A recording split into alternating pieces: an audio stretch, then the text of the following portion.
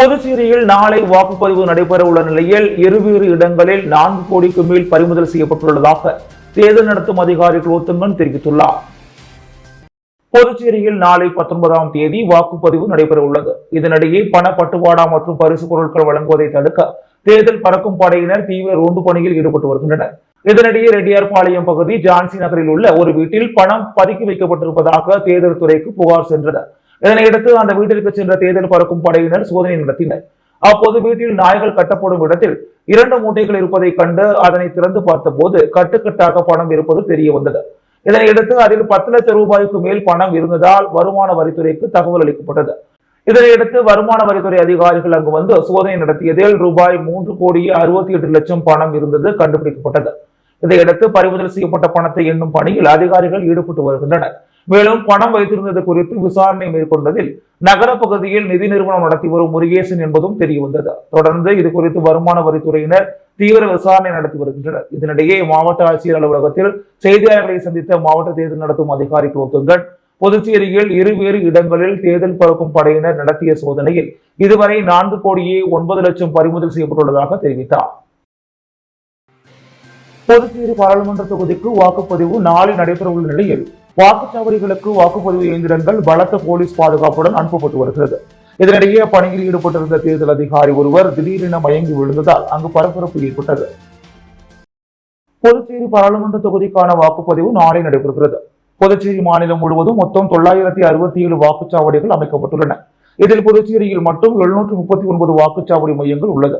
நாளை காலை 7 மணிக்கு வாக்குப்பதிவானது துவங்க மாலை 6 மணிக்கு நிறைவு பெறுகிறது. இந்நிலையில் வாக்குச்சாவடிகளுக்கு வாக்குப்பதிவு இயந்திரம் மற்றும் விவிபேட் அனுப்பும் பணியானது தற்போது நடைபெற்று வருகிறது. புதுச்சேரி லாஸ்பேட்டை பகுதியில் உள்ள 2 தொழில்நுட்ப கல்லூரிகளில் வைக்கப்பட்டிருந்த வாக்குப்பதிவு இயந்திரங்கள் பலத்த பாதுகாப்புடன் அந்தந்த வாக்குச்சாவடிகளுக்கு அனுப்பப்பட்டு வருகிறது. இதனை தேர்தல் நடத்தும் அதிகாரியும் மாவட்ட ஆட்சியருமான குலோத்துங்கன் நேரில் சென்று பார்வையிட்டார். மொத்தம் 2587 வாக்கு இயந்திரங்களும் 1323 விவிபேட் இயந்திரம் 150 வாகனங்களில் எடுத்துச் செல்லப்படுகிறது. வாக்கு இயந்திரங்கள் கொண்டு செல்லப்படும் வாகனங்கள் அனைத்தும் போலீசார் பாதுகாப்புடன் அந்தந்த வாக்குச்சாவடிகளுக்கு செல்கின்றன.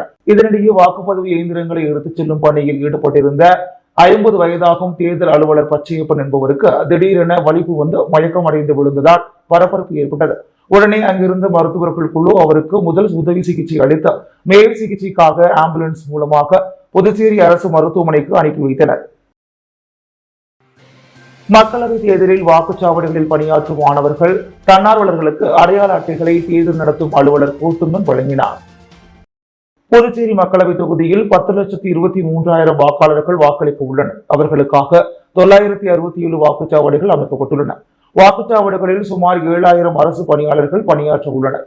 அவர்களுடன் இணைந்து வாக்களிக்க வருவோருக்கு உதவும் வகையில் கல்லூரி மாணவ மாணவிகள் மற்றும் தன்னார்வலர்களும் பணிபுரிய உள்ளனர்.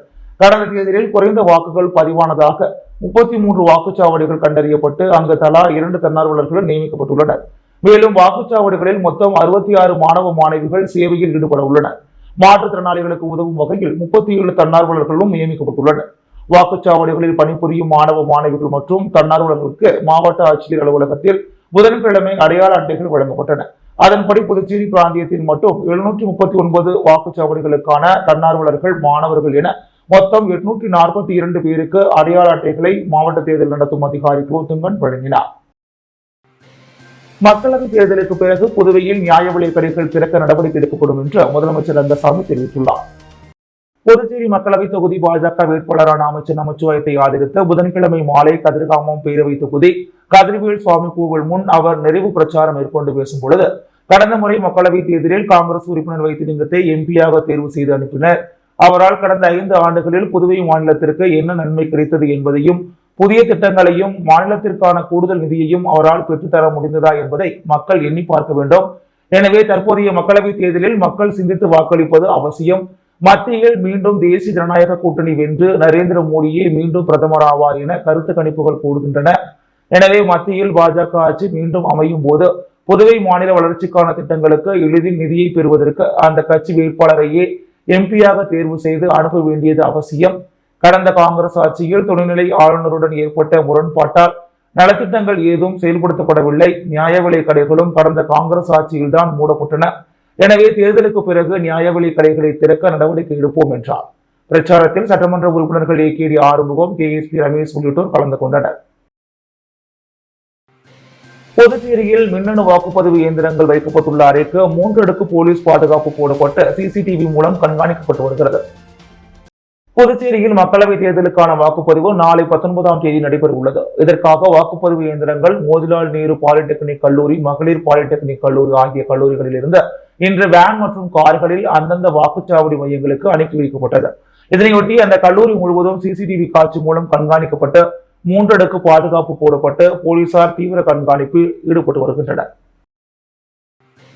பாஜக வேட்பாளர் நமச்சிவாயத்தை ஆதரித்து லாஸ்பேட்டையில் பாஜக தலைவர் செல்வகணபதி MP தலைமையில் இருசக்கர வாகன பேரணி நடைபெற்றது. புதுச்சேரி மக்களவை தொகுதியில் தேசிய ஜனநாயக கூட்டணி சார்பில் அமைச்சர் நமச்சிவாயம் பாஜக வேட்பாளராக போட்டியிடுகிறார். இவரை ஆதரித்து லாஸ்பேட்டையில் பாஜக தலைவர் செல்வகணபதி MP தலைமையில் இருசக்கர வாகன பேரணி நடைபெற்றது. லாஸ்பேட்டை ஐயனார் கோவில் திடல் அருகே தொடங்கிய இந்த பேரணி ஏர்போர்ட் சாலை, செல்லப்பெருமாள்பேட்டை, மடுவுப்பேட், ஜீவானந்தபுரம் உள்ளிட்ட இடங்களுக்கு பைக் மூலம் சென்று தீவிர பிரச்சாரத்தில் ஈடுபட்டனர்.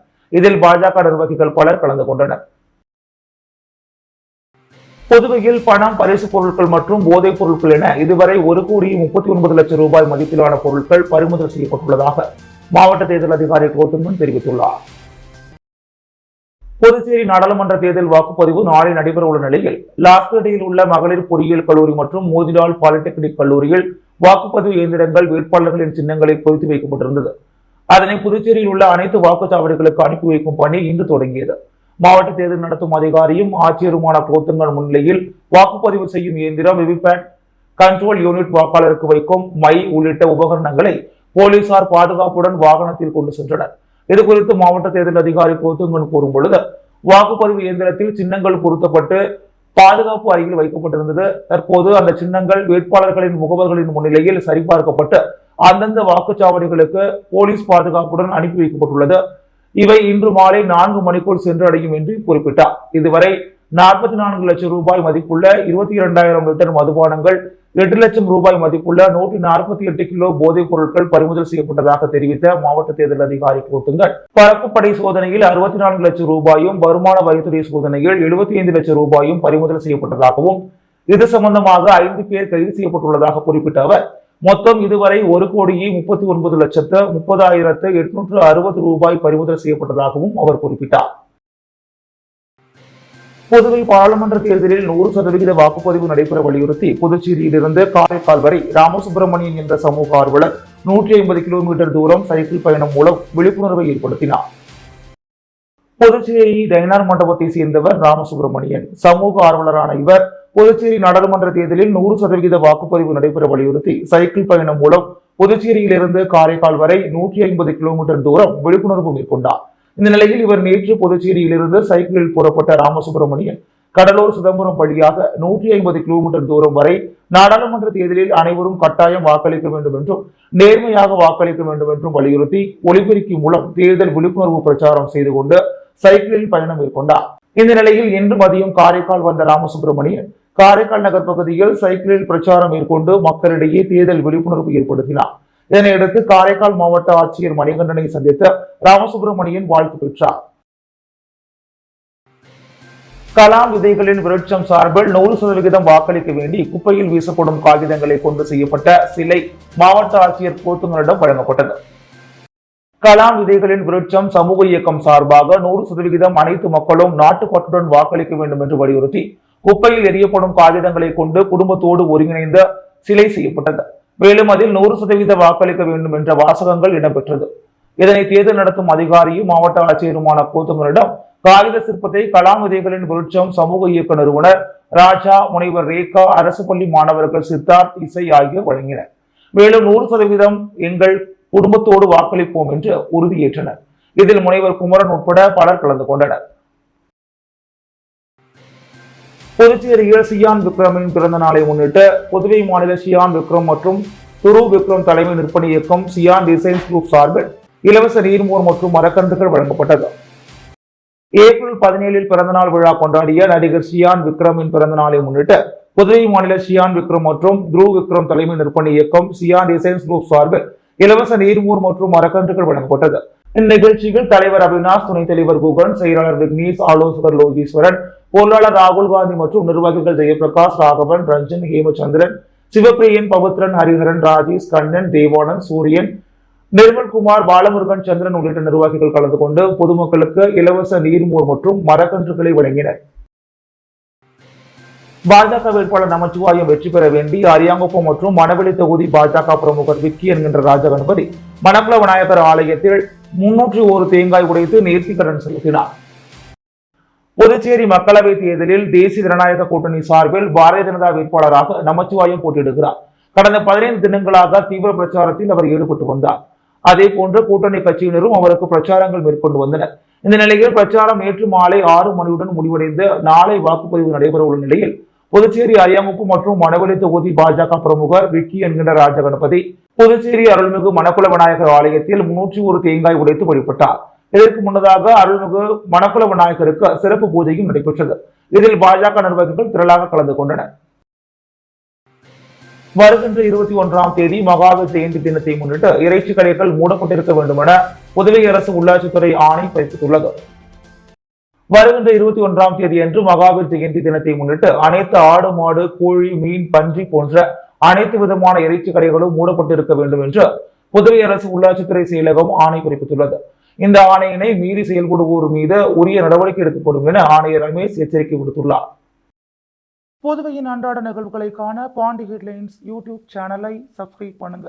தொடர்ந்து எங்களுடன் இணைந்திருக்க பக்கத்தில் உள்ள பெல் பட்டனை பிரஸ் பண்ணுங்க, லைக் பண்ணுங்க, ஷேர் பண்ணுங்க. என்றும் உங்களுடன் பாண்டி ஹெட்லைன்ஸ்.